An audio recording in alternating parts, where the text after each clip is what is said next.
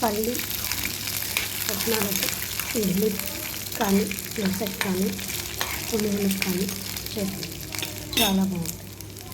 ముందుగా పచ్చిమిర్చి కడిగేసుకొని రెండుగా చేయించుకొని 1 స్పూన్ ఆయిల్ పోసుకొని దానిలో పచ్చిమిర్చి వేయించుకోవాలి. ఆ పచ్చిమిర్చి వేయించిన దానిలోనే పల్లీలు కూడా వేయించుకోవాలి. పల్లీలు కొత్త పల్లీలు అన్నమాట, అందుకే మీకు తెల్లగా కనిపిస్తుంది. అలాగే కొంచెం కరివేపాకు కూడా వేస్తుంది.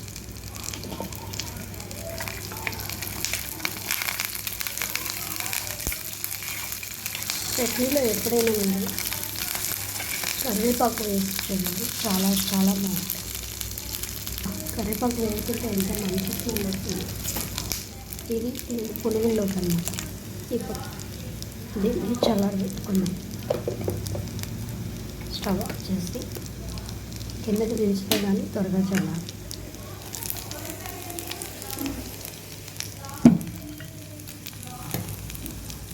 చల్లగా అయిపోయింది. ఇప్పుడు మిక్సీ వేస్తాం.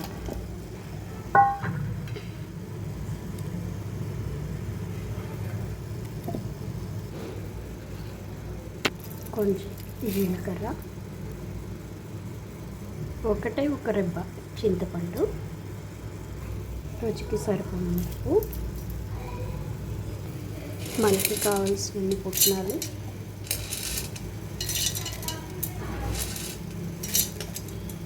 చట్నీ మనం ఇంట్లో చేసుకుంటాం కాబట్టి టేస్ట్ బాగుంటుంది. కొంచెం ఎక్కువగానే తింటారు పిల్లలు కానీ పెద్దవాళ్ళు కానీ. ఇప్పుడు దీనిలో ఫస్ట్ ఒకసారి వేసేసుకుని అప్పుడు వాటర్ పోసుకుందాం.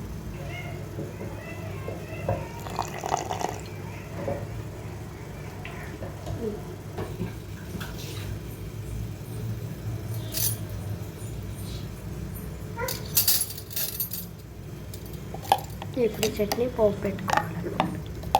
తాలింపు చేసుకుంటే చాలా బాగుంటుంది పచ్చడి. చూసారా, పోపు పెట్టేసుకోవాలన్నమాట.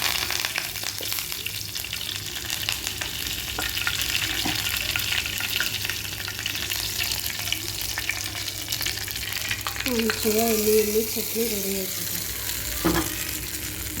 దోశలో కానీ దేనికైనా చాలా బాగుంటుంది అన్నమాట.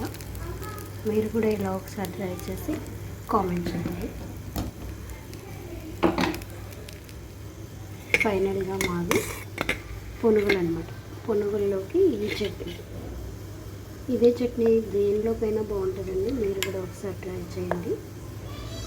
ఇలా చాలా బాగుంటుంది, చాలా చాలా బాగుంటుంది. పుట్నాలు పల్లీలు మీకు రాదని కాదు, ఎవరి వంట వాళ్ళది కదా, అందుకని ఒకసారి మీరు కూడా ఇలా ట్రై చేయండి. ఓకే ఫ్రెండ్స్, నా ఛానల్ లైక్ చేయండి, సబ్స్క్రైబ్ చేయండి, కామెంట్ చేయండి.